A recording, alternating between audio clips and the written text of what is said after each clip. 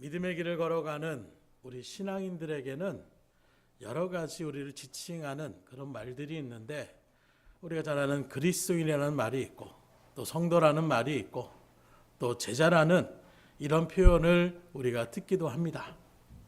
중요한 것은 이러한 단어의 의미 속에서 우리가 성도로서, 또 그리스도인으로서, 또 제자로서 어떠한 삶의 모습을 가져야 할지를 알 수 있다라는 거예요.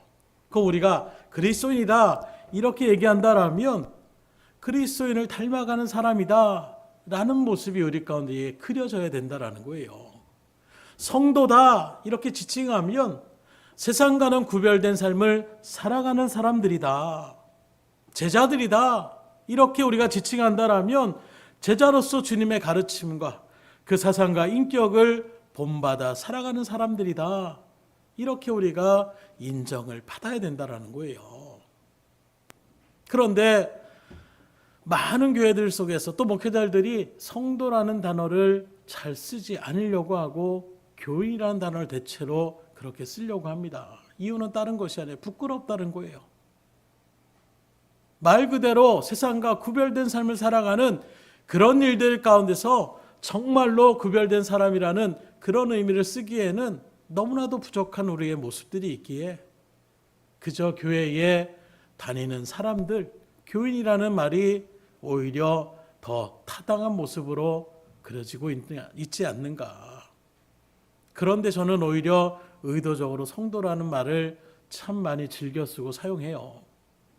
물론 부끄러운 부분들도 있지만 그럼에도 불구하고 우리는 거룩한 삶을 살아야 되는 그런 사람들이라는 것을 다시금 우리가 분명하게 믿음 가운데 새기며 나아가는 그런 의도로 저는 더 교인이라는 단어는 오히려 잘 쓰지 않고 성도라는 단어를 많이 사용하는데, 특별히 우리 등대교회 성도님들은 그래도 말씀 가운데 살려고 몸부림치며 나아가는 그런 삶의 모습들이 있기에 뭔가 세상의 일들로 나아가기보다는 그래도 말씀대로 살려고 나아가는 그런 모습들이 있기에 정말 하나님의 일들 속에서 계속해서 그리스도인답게 믿음의 성도답게 주님의 가르침을 그대로 이루고 또 그 가르침을 나타내는 제자들과 같은 삶을 살아갈 수 있기를 주님으로 축원합니다.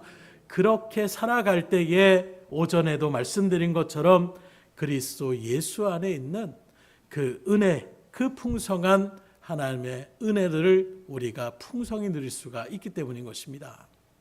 특별히 오늘 본문의 말씀에는 예수님의 사도로서 또 제자로서 우리에게 가장 좋은 모범을 보여줬다라고 할 수 있는 사도 바울의 신앙 고백의 그런 모습들이 담겨져 있는데, 우리가 아는 것처럼 이 사도 바울 예수님의 택함 받은 제자로서 사도로서 분명한 증거를 가지고 살아갔던 사람이라고 지칭밖에 부족함이 없는 그런 인생을 살았습니다. 곧 시적인 물리적으로든 또 정신적으로든 영적으로든 모든 면에서 그는 분명한 예수 그리스도의 흔적을 가지고 살아갔던 사람이다. 그래서 금요철야 때에 나오신 분들은 알겠지만 우리 김종임 지사가 그런 얘기를 해요. 제 몸에 큰 상처가 2개가 있습니다. 그래서 흔적에 대한 부분들을 이야기하는 거예요. 어렸을 때에 문을 갖다가 이렇게 나가다가 문이 콱 닫혀가지고 유리에 그렇게 베인 상처가 깊게 남아 있고, 또 우리가 아는 것처럼 최근에 다리가 부러져가지고 목발을 짚고 나갔던 그 흔적이 있는데, 그런 일들 속에서 그저 육신의 어떤 아픔의 고통의 흔적이 아니라 그것을 통하여 어렸을 때는 잘 모르겠어요. 그러나 적어도 최근에 다쳐졌던 그 흔적 속에서는 오히려 하나님 앞에 어찌 보면 왜 그렇습니까 하는 의문으로 시작됐던 그 마음이 하나님의 은혜를 또한 감사하며 찬양 돌리며 나아가는 그런 마음으로 바꿔주며 나아가는, 그래서 그것이 오늘 바울이 말하는 예수의 흔적이 내 몸에 있다라고 고백하며 나가기에 부족함이 없는 이런 모습들이 있다라는 거예요. 그래서 오늘 17절에도 보면 바울은 뭐라고 선언합니까? 이후로는 누구든지 나를 괴롭게 하지 말라. 내가 내 몸에 예수의 흔적을 가졌노라. 그래서 바울은 내 몸에 예수의 흔적이 있다. 이렇게 분명하게 선언하고 있는데 이 말씀은 뭘 얘기하고 있는 것이냐? 먼저 이 말을 하려면 흔적이라는 단어를 우리가 주의 깊게 봐야 되는데 이 흔적이라는 말은 우리가 뭐 그냥 한글로 얘기할 때는 뭐 발자취가 남다든가 뭐 이 정도의 모습으로 생각하지만 헬라 원어적으로 바라보면 스티그마라는 단어를 사용하고 있어요. 근데 이 단어는 좋은 의미라기보다는 어찌 보면 좀 부정적인 그런 의미가 있는데 왜 그러느냐? 이 단어는 어디에 쓰느냐? 쉽게 말하면 예전에 어떤 짐승들을 지금도 마찬가지지만 가축들에게 이 가축들이 막 다른 가축들하고 같이 그렇게 방목을 하다 보면 섞일 수 있잖아요. 그때 이건 우리 짐승이 맞습니다. 내 거 맞습니다라는 것을 할 때에 어떻게 합니까? 불을 달고 가지고 낙인을 찍어요. 뭐 여기 종수 거, 뭐 등대교회 것 이렇게 찍어 놓으면 그 낙인은 지울 수가 없는 것입니다. 그래서 특별히 뭐 글이나 이런 것들은 지울 수 있으니까 아예 달구어진 인도화 같은 것들로 그렇게 찍어가지고 표시를 남기는 거예요. 그래서 이건 내 거라는 것입니다. 그리고 특별히 바울의 시대 가운데서는 이 스티그마라는 단어를, 이 낙이라는 단어를 짐승에게 그렇게 표를 삼을 때와 또 어떤 자리에 표를 삼느냐? 노예 제도가 있었던 그 시대에 이 사람은 나의 노예입니다. 내 소유입니다. 그래서 사람들에게 가지고 낙인을 갖다가 그렇게 찍어 놓게 되는 이런 단어가 바로 흔적이라는 이 스티그마라는 단어를 쓰고 있는 거예요. 그래서 이 말은 주인의 입장에서는 이거는 내 겁니다 라는 그런 표시라고 얘기할 수가 있고, 반대 입장에서 바라보게 되면 나는 저분의 것입니다 라는 것을 그렇게 나타내는 그 단어가 바로 스티그마라는 단어를 사용하고 있는 것입니다. 그렇기 때문에 이 표현은 지극히 불명예스러운, 누가 그 일들 가운데 노예라는 그런 말들을 듣고 싶겠습니까? 그런데 그럼에도 불구하고 오늘 사도 바울은 오히려 자랑스럽게 나는 예수 그리스도의 노예다. 나는 예수 그리스도에게 낙인 찍힌 사람이다. 나는 예수 그리스도의 소유물이다. 이걸 갖다가 분명하고 또 오히려 부끄러움의 고백이 아니라 자랑스럽게 이 고백을 선언하고 있는 것입니다. 이러한 바울의 고백과 삶의 모습을 통하여 오늘 이 시간에 몇 가지를 우리가 같이 나누고자 하는데, 그건 바로 무엇이냐? 첫째는 예수 그리스도의 제자는 주님의 종이라는 분명한 신앙 고백이 있어야 된다는 거예요. 나는 예수님의 종입니다. 나는 예수님께 구원받은 사람입니다. 분명하게 우리의 삶의 모습을 나타낼 수 있어야 되는데 그저 부끄럽게 딴 사람이 알면 어떨까 하는 마음으로 나아가는 이런 모양 가운데 우리가 서서는 안 된다라는 거예요. 그런 의미에서 바울은 예수 그리스도의 흔적을 갖기 위해서 나는 예수님의 종입니다라는 분명한 인식이 우리 가운데 선행되어야 되는 거예요. 낙인은 찍혔지만 난 여기 싫어하고 제멋대로 나아가는 길 잃어버린 양이 돼서는 안 된다는 것입니다. 앞서 말씀드린 것처럼 스티그마라는 이 흔적이라는 단어는 영원히 지워지지 않는 주인의 소유물이라는 그런 표시라고 얘기할 수가 있는 거예요. 곧 지금 바울은 나의 주인은 예수 그리스도 외에는 없습니다. 누구도 나의 주인이 될 수 없습니다. 나는 예수님의 온전한 소유물입니다. 이걸 이야기하고 있는 거예요. 또 그렇게 예수님만이 나의 주인이라는 의미는 나는 오직 예수님의 지시만을 받고 살아가겠다는 것입니다.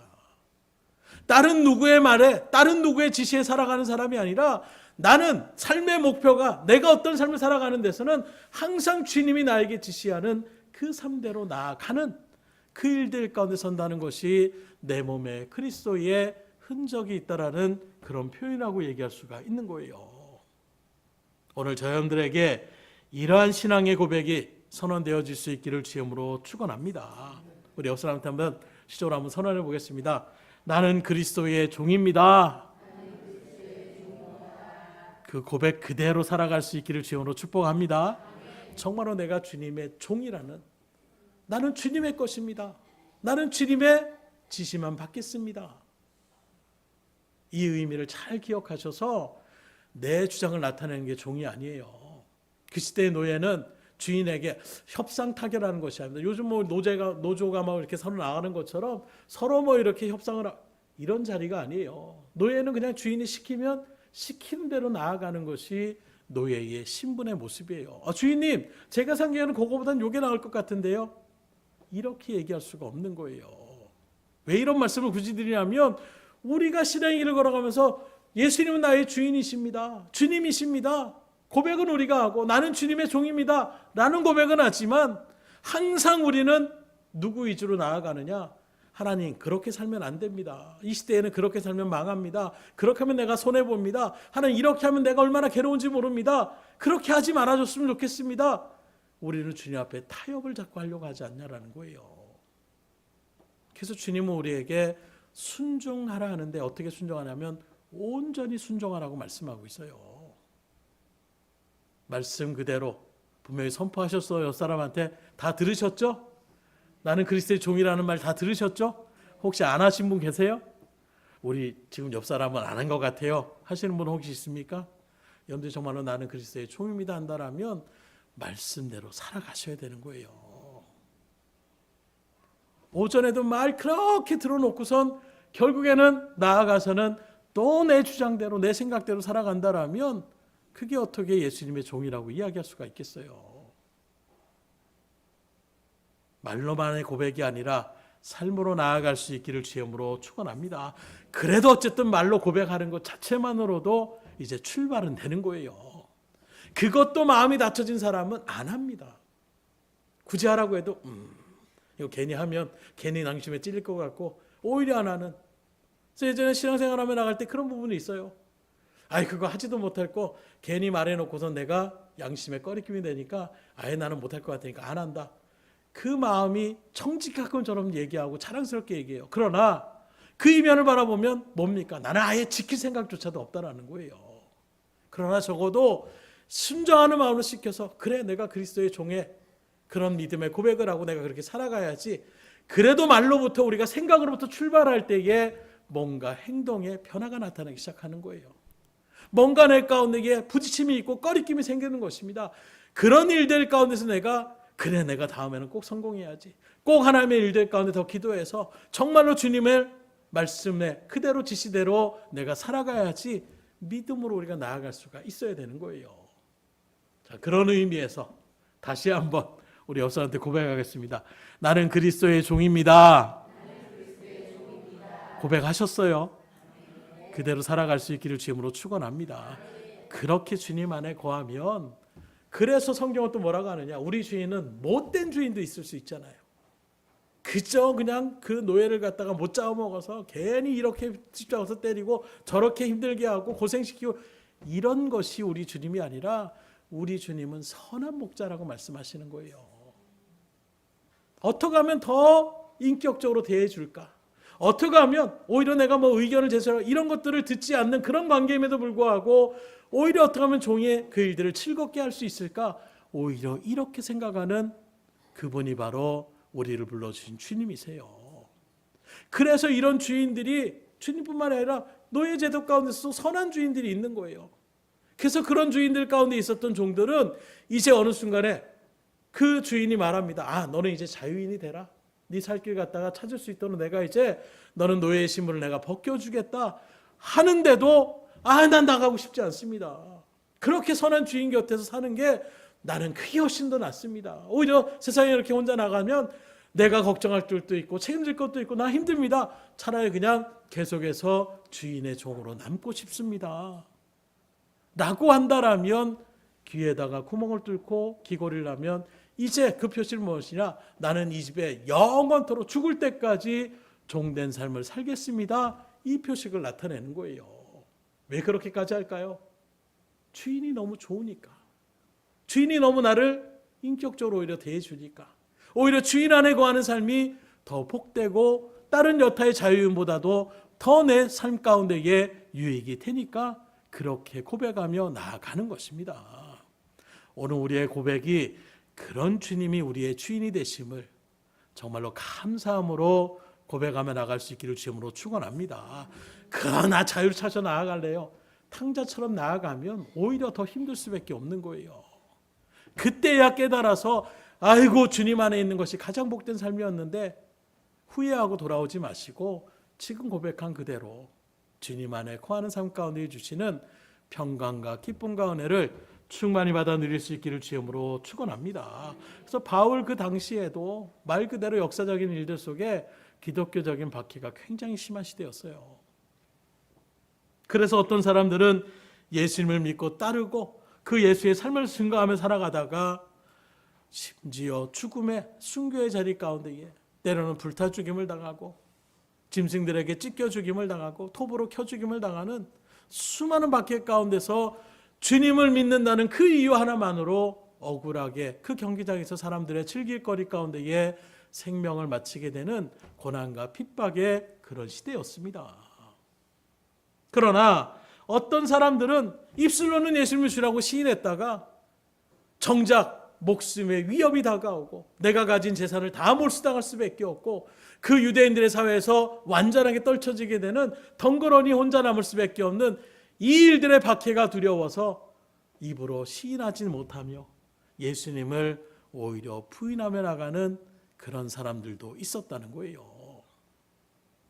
왜 이렇게 정반대의 극과 극의 결과가 나타날 수가 있습니까? 그건 바로 예수 그리스도의 분명한 흔적을 내가 가지고 있느냐 가지고 있지 않느냐에 따른 결과라고 얘기할 수가 있는 거예요.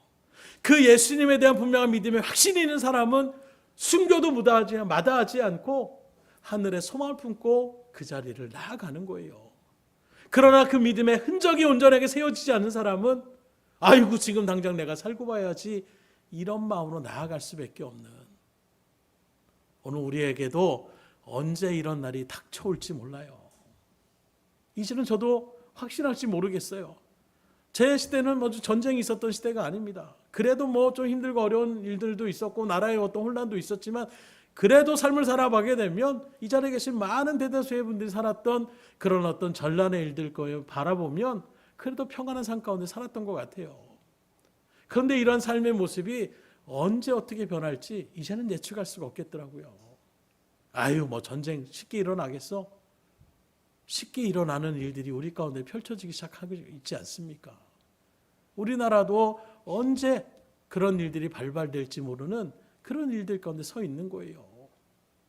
이전에 수많은 미래선들이 6.25 전란 가운데서 이런 실질적인 박해 가운데 있었습니다. 뭐 십자가를 놓고 또는 예수님의 어떤 형상인 그런 일들을 놓고 그걸 밟고 지나가면 살려주고 그렇지 않으면 죽여버리겠다라는 이런 일들의 극단적인 어떤 신앙의 갈림길을 내세우면서 수많은 사람들이 순교를 당했고 또 그 가운데에 부인하며 나갔던 그런 사람들도 있었다는 거예요. 오늘 여러분들의 신앙을 그러게 든든히 세워나갈 수 있기를 주님으로 축원합니다. 언제 어느 때 주님 앞에 섰을 때에 내가 주님의 뜻대로 이렇게 열심으로 수고하며 살았습니다. 적어도 우리의 고백 가운데에 이런 고백이 나올 수 있어야 되지 않겠습니까? 보세요 주님, 나는 그리스도의 흔적이 내 몸에 이렇게 남아 있습니다 라고 우리가 고백되어질 때에 주님이 얼마나 기뻐하시겠어요. 그러게 정말로 우리가 예수님의 제자라면 분명한 소속감이 있으셔야 돼요. 그 소속감은 무엇이냐? 사나 죽으나 나는 예수님의 것입니다. 나는 예수님의 종입니다. 이것이 우리 마음 가운데 분명히 새겨져야 된다는 거예요. 이런 소속감이 분명하게 새겨지면 이 변화무쌍한 세상 속에서 우리 자신을 믿음 가운데에 지켜나갈 수가 있는 것입니다. 천지가 개벽한다 해도 오직 예수님만을 따르며 나아가는 믿음의 자리에 설 수 있는 거예요. 그러나 이러한 분명한 소속감이 없다라면 상황이 변하고 환경이 변하면 세상으로 돌아갈 수밖에 없어요. 코로나의 그 몇 년의 세월 가운데서 얼마나 믿음의 길을 걸었던 사람들이 떨어져 나갔습니까? 안타까움의 모습들이 실질적으로 그려지는 것입니다. 이런저런 이유가 있겠지만 결국에는 무엇입니까? 생각지도 못했던 그런 일들의 풍파 속에서 이런 하나님이라고 난 믿지 못하겠다. 이런 일들 가운데 있으니 나는 못하겠다. 이렇게 떨어져 나가는 그런 모습들. 수많은 직장에서의 그런 모습에서 예수님의 나는 종입니다. 나는 주님의 믿음의 성도입니다. 이걸 나타내면 내가 회사에서 잘리거나 직장을 그만둘 수밖에 없는 그 위기감 가운데에 우리가 두려움에 덜덜덜 떨고 있지 않았냐는 거예요. 그러니 여러분들은 예수 그리스도의 것이라는 분명한 이 소속감을 가질 수 있기를 주님으로 축원합니다. 그럴 때에 우리가 예수의 흔적을 가지고 나아갈 수가 있는 거예요. 두 번째로 예수 그리스도의 제자로서의 흔적은 무엇이냐? 충성된 모습으로 보여질 수가 있어야 되는 것입니다. 생각해 보십시오. 내가 예수 그리스도의 것이라는 분명한 의식이 있다면 당연히 주의 말씀대로 행하며 나아가는 것, 이거 마땅한 일 아닙니까? 군에서도 그 군에 속한 사람들이 있다면 그 명령에 지휘체로 들어가는 거예요. 군대라는 조직도 참 희한한 것 중에 하나가 바로 무엇이냐? 계급주의 사회입니다. 그럼에도 불구하고 각 처부가 틀리고 각 소속이 다 있어요.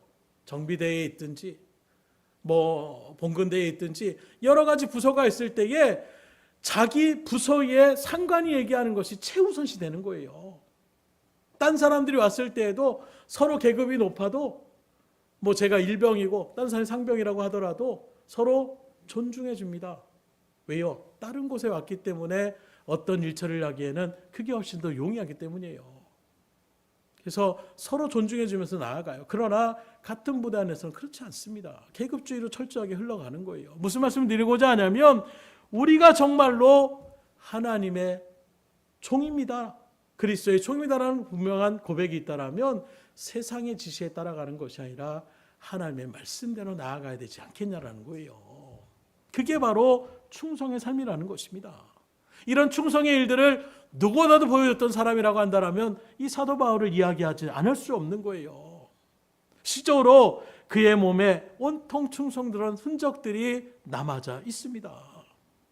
그저 내가 내 몸에 예수의 흔적을 가졌다, 이 말은 말로만의 어떤 고백이 아니라 정말로 사도 바울에는 그런 찢겨진 상처들이 너무나도 많이 있었어요. 예수님의 복음의 사명을 감당하기 위하여 나아갔던 일들, 사도행전 14장 19절 이하에 바라보게 되면 갈라디아 지방에서는 한 성에서 저놈 율법을 말하고 예수님 증거하는 놈이다, 저거 잡아 죽여야 된다, 사람들이 성 밖으로 끌고 나서 돌로 막 쳤어요. 지금도 이슬람 가운데서는 어떤 그런 범죄가 됐을 때에 땅에다가 사람을 한 반쯤 묶어놓고 천을 한 다음에 죽을 때까지 돌을 그렇게 던진다고 하더라고요. 짧게는 몇십 분 안에, 길게는 2시간이 넘도록 그렇게 돌을 던져가지고 말 그대로 간음하며 나갔던 사람들을 그렇게 돌로 쳐 죽이는 일들이 지금도 이스라엘 문화 가운데 있는데, 바울의 일들 속에서 마찬가지, 하나님의 율법 가운데 저거 하나님의 율법을, 그래서 유대인을 끌고 나와서 바울을 갖다 돌로 던지는 거예요. 툭툭 던지는 게 아니라 정말로 죽일 마음으로 던지는 것입니다. 저 죽어야 될 놈이야. 그리고 막 돌을 던지다 보니까 어떻게 합니까? 그 돌을 막 맞고 쓰러질 수밖에 없는 거예요. 피투성이가 됩니다. 낭자할 수밖에 없어요. 돌이 그냥 둥글둥글한 돌만 맞아도 멍이 들 수 있지만 말 그대로 돌이 막 삐쭉삐쭉한 그런 돌 같은 데 맞으면 온몸에 막 피투성이 될 수밖에 없는 거예요. 그것도 한두 명이 던지는 게 아니라 수십 명이 모여가지고 한꺼번에 돌을 던지면은 어떤 모습이겠습니까? 그런 일들 속에서 바울이 쓰러지니까 딱 바라보니까 죽었네 얘. 그래가지고 그냥 돌무더기 가운데서 사람들이 간 거예요. 그런데 죽은 줄 알았던 바울이 다시금 살아나는 거예요. 그리고 살아난 바울이 어떻게 했는지 아십니까? 이거 하나님 살려주셨구나, 빨리 이 성은 도망가야 되겠다. 왜요? 또 붙잡히면 또 돌 맞을지 모르잖아요. 저 죽은 줄 알았더니 아직 살아있었네, 이럴 수 있잖아요. 그런데 바울은 다시금 그 성 안으로 들어가는 거예요. 왜요? 복음을 증거하기 위해서. 하나님의 복음을 증거하라는 그 말씀에 그 지대로 충성하기 위해서 다시금 성 안으로 들어가는 것입니다. 그래서 이제 믿음으로 살아가는 사람들에게 다시금 복음을 증거하고, 그리고 그 사람들이 이거 계속 이러게 있다는, 정말로 잡히면 진짜 죽습니다. 그래서 밤에 몰래 다시금 바울을 광주리에 태워서 그렇게 다른 곳으로 이동시키며 나아가는 이런 사건들이 있어요. 또 이후에는 빌립보 지역에서는 어떻게 합니까? 억울하게 감옥에 갇혀서 채찍을 맞고 착고에 그렇게 채워서 감옥에 갇혔던 이런 일들도 있었다는 것입니다. 고린도후서 11장 이하에 바라보게 되면 쭉 자신이 나갔던 그 사도의 현장들을 바울은 뭐라고 하냐면 유대인들에게 40에 하나를 감한 그 매를 갖다가 3번 맞았다는 거예요. 40대를 때리라고 하면 40대 맞으면 죽는 사람들이 많이 나타나는 거예요. 그래서 40에 하나 감한 39대를 때리는 그 온몸이 낭자하게, 그것도 마찬가지로 채찍질이 그냥 뭐 매처럼 회초리가 아니라 말 그대로 거기에 철 같은 것들이 박혀가지고 살이 막 철점이 뜯어지는 이런 매를 갖다 3번 맞는 거예요. 5번을 맞고 태장으로 3번을 맞고 돌로 맞고 1번 파선하고 일주야를 기품에서 지냈고 여행에서 강의 위험, 동적의 위험, 이방인의 위험, 시내의 위험, 광야의 위험, 바다의 위험, 거짓 형제의 위험, 잠자지 못하고 추리고 목마르고 굶고 춥고 헐벗었던 이런 일들이 자신의 사역의 현장이라고 이야기하고 있습니다. 왜요? 오직 주의 말씀에 복음을 증거하라는 그 사명을 받고 이 길을 걸어간 것입니다. 이런 육신의 흔적뿐만이 아니라 그가 세운 교회들을 위하여도 날마다 해산의 수고를 갖는 거예요. 여기 갈라디아 교회도 마찬가지입니다. 이단의 미혹 가운데서 또는 할례를 갖다 주장하며 나아가는 유대주의자들 때문에 그동안 바울이 정말로 예수 그리스도의 그 복음을 믿는 것을 통하여 구원받는다라고 했는데 그 믿음이 흔들리는 거예요. 뭔가 육신적인 어떤 행함을 통하여 구원을 이루며 나아가는 듯한 이런 말들에 그래 그게 더 괜찮은데 그게 좀 내 가운데 더 새겨질 수 있겠는데 이렇게 흔들리며 나가는 이런 마음들이 오히려 바울의 마음을 더 아프게 하는 것입니다. 오늘날 얘기하면 정말로 예수님의 말씀을 통해서 여러분들 정말로 믿음으로 살아야 됩니다. 예수 외에는 다른 메시아가 없습니다. 구원자는 오직 예수님밖에 없습니다. 이렇게 여러분들이 성장되고 그렇게 양육을 했음에도 불구하고 이단이나 다른 어떤 시천지나 이런 일들이 들어와 가지고 사실은 우리 교주님을 믿어야 구원이 완성됩니다. 이 시대에는 그분만이 정말로 진리의 말씀이십니다. 이 말에 거기에 그냥 빠져들어가며 나아가는 이런 일들이 벌어진다라면 이것만큼 안타까운 것이 어디 있겠어요. 교회가 통째로 신천지로 넘어가게 되는, 교회가 또 반으로 쪼개지게 되는, 교회로서의 어떤 역할을 감당하지 못하는 이런 일들이 나타날 때에 정말로 사역자로서는 그것만큼 안타까운 것이 어디 없는 거예요. 이런 일들을 바울은 겪었다라고 얘기하고 있는 것입니다. 왜요? 왜 이런 고난을 겪었습니까?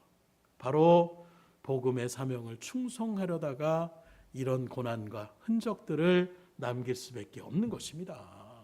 실적으로 사도 바울의 입장 가운데 바라보게 되면 굳이 이런 고통들을 당하지 않고 피해갈 수 있었어요. 그의 어떤 가정에 대한 부분들, 가문도 누구에게 뒤처지지 않습니다. 학벌도 가말리엘의 문하생이라는 당대 최고의 철학자의 학문을 배웠던 사람입니다. 거기에 그 시대에 가장 큰 특권을 갈 수 있는 로마 시민의 특권까지도 갖고 있었어요. 이런 것들을 주장하면 어느 곳에 가든지 채찍질을 당하는 이런 일들은 당하지 않아도 되는 것입니다.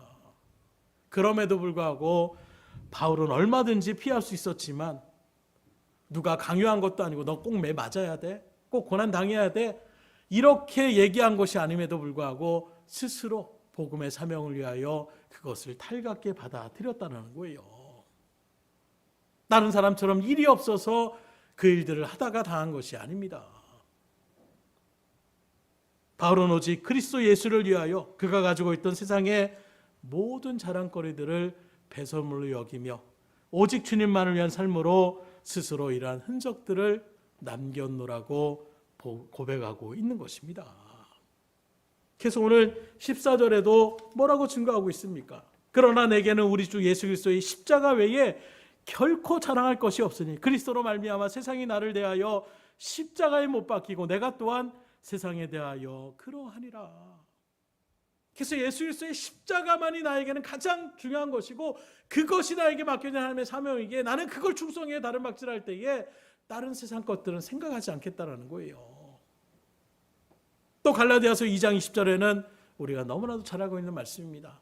내가 그리스도와 함께 십자가에 못 박혔나니 그런즉 이제는 내가 사는 것이 아니라 내 안에 그리스도가 사신 것이라. 이제 내가 육체 가운데 사는 것은 나를 사랑하사 나를 위하여 자기 몸을 버리신 하나님의 아들을 믿는 그 믿음 안에서 사는 것이라. 그래서 바울은 삶의 목표가 분명했어요.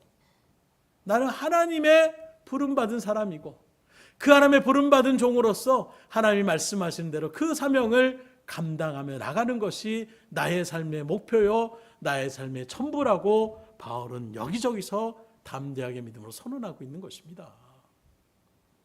이처럼 바울은 누구도 부인할 수 없는 주님의 흔적을 가지고 있었던 사람이에요. 육신적으로 바라볼 때, 인간적으로 바라볼 때에는 너무나도 고난스러운 그런 삶이었지만 그것은 오히려 복음의 사명을 감당한 영광스러운 흔적이라고 말할 수가 있는 것입니다. 생명의 역사를 위한 흔적이었고 하나님의 상급을 온전하게 받을 수 있는 흔적이었으며 주님의 제자, 주님의 사도라는 확실한 흔적이었다라고 이야기할 수가 있는 거예요. 오늘 믿음의 길을 가는 저놈들에게도 이런 그리스도의 흔적이 새겨질 수 있기를 주님으로 축원합니다. 물론 몸에 우리가 흔적을 남기다라는 것은 쉬운 일이 아니에요. 어렵고 고통스러운 일일지도 모릅니다. 괴로운 일일 것입니다. 그러나 분명하게 기억하십시오. 그런 것이 진정한 제자됨의 표시요, 가장 영광된 흔적이요, 생명의 역사를 이뤄나가는 흔적임을 믿으시기를 주님으로 축원합니다. 그 흔적을 우리는 나타낼 수 있는 삶을 사셔야 돼요. 누구보다도 이러한 영광스러운 흔적을 가셨던 분이 누구입니까? 바로 예수 그리스도가 그러셨어요. 하나님의 아들로서 굳이 당하지 않아도 될 고난이었습니다. 그럼에도 불구하고 우리를 사랑하시고 우리를 구원하시기 위하여 십자가의 길을 걸어가시는 거예요. 아시는 것처럼 머리에는 가시면류관으로 찢겨짐을 당합니다. 양손과 그 발에는 못자국으로 구멍이 납니다. 옆구리는 창으로 그렇게 뚫어버려서 모든 물과 피가 쏟아질 정도의 그 모습에 예수님의 흔적이었어요. 이후에 부활하셔서 그 주님을 받아들이지 못하고 의심하는 자들에게 뭐라고 합니까? 흔적을 보여주시는 거예요. 도마야, 와서 목구멍에 손가락을 넣어봐라. 옆구리에 그 손을 갖다가 집어넣어봐라. 부활하셨음에도 불구하고 주님은 그 흔적을 가지고 있는 것입니다. 왜요? 그것이 구원의 흔적이요, 생명의 역사의 흔적이요, 하나님의 뜻 가운데 온전하게 순종했던 흔적이었기 때문에 그 흔적을 보여주시는 거예요. 육신적으로는 아픔이었고 고통이었지만 그러나 그 흔적은 영광의 흔적이었고, 그래서 주님은 기꺼이 십자가를 지셨으며 그래서 주님은 그 십자가를 통하여 우리를 구원하여 주셨고, 그 구원하심의 역사로 오늘 이 자리에 저 여러분들이 하나님의 말씀 앞에 서시고 그리스도인이라, 성도라, 구별된 사람이라, 예수님의 제자의 삶을 살아가는 사람이라고 지칭받을 수 있음을 믿으시기를 주님으로 축원합니다. 그렇다면 우리 가운데에 어떤 형태든 우리는 삶을 살아가면서 흔적이 남길 수밖에 없어요. 우리말로 하면 발자취가 남을 수밖에 없는 것입니다. 어떤 사람은 향락의 흔적이 있을 수 있습니다. 거짓의 흔적이 있을 수 있습니다. 미움의 시기에 그런 흔적이 있을 수 있습니다. 낭비의 흔적이 있을 수 있고, 도적질의 흔적이 있을 수 있고, 게으름의 흔적들이 그 발자취 가운데 남아있을 수 있습니다. 그렇다면 과연 오늘 말씀 앞에 선 여러분들은 어떤 흔적을 남기시길 바라고 원하십니까? 오늘 바울과 같이 그리스도의 흔적을 몸에 새기며 나아갈 수 있기를 주님으로 축원합니다. 그래서 오늘 바울은 우리에게 가장 값진 흔적을 남길 수 있는 길을 이렇게 제시합니다. 우리 14절의 말씀을 다시 한번 같이 읽겠습니다. 갈라디아서 6장 14절 말씀입니다. 그러나 내게는 우리 주 예수 그리스도의 십자가 외에 결코 자랑할 것이 없으니 그리스도로 말미암아 세상이 나를 대하여 십자가에 못 박히고 내가 또한 세상을 대하여 그러하니라. 우리는 세상을 위해 살아가는 사람들이 아니라 오히려 세상의 그 모습을 십자가에 못 박는 사람들이에요. 우리는 그리스도의 흔적을 위하여 다른 박질하기에 부름받은 주님의 귀한 믿음의 자녀가 되었습니다. 이 말씀을 여러분들의 가운데 새기셔서 바울과 같이 이제 여러분들의 발걸음 속에 이전에도 새겼더라면 이후에도 계속해서 예수의 흔적을 세울 수 있기를 주님으로 축원합니다. 그 어떤 것보다도 값진 흔적이 될 수가 있는 거예요. 하나님 앞에 상급을 바라볼 수 있는 흔적이 될 수가 있는 것입니다. 그렇게 가장 영광스러운 흔적을 남기며 복된 삶을 살다가 감사와 기쁨으로 그 주님 품에 안기어 감격스럽게 주님을 맞이하며 나갈 수 있는 여러분들의 삶이 될 수 있기를 주의 이름으로 축복합니다. 기도하겠습니다. 하나님, 오늘도 주의 말씀 앞에서 우리를 돌아보게 하여 주신 주님, 바울은 담대하게 선언합니다. 내 몸에 그리스도의 흔적이 남겨져 있다. 오늘 우리는 어떠한 삶의 흔적들을 남기고 있습니까? 세상의 흔적들입니까? 아니면 말씀의 순종함의 흔적들입니까? 세상의 물질을 탐하는 흔적입니까? 아니면 하늘의 소망을 소망해 나가는 흔적들이 있습니까? 세상의 형통함을 바라는 흔적입니까? 아니면 주님에 맡겨진 사명을 감당하고자 하는 흔적을 우리가 소망하며 나아가고 있습니까? 오늘 바울과 같이 이 세상의 것들을 우리가 소망하는 자리가 아니라 하나님이 우리에게 맡겨주신 가장 귀하고 복된 것이 무엇인지를 믿음 가운데 분명히 새기게 하여 주시고, 이제는 내가 사는 것이 아니라 나는 그리스도께 속한 분명한 소속감을 가지고 하나님의 종으로서 하나님의 말씀의 지시대로 굳건하게 살아갈 수 있도록 인도하여 주시옵소서.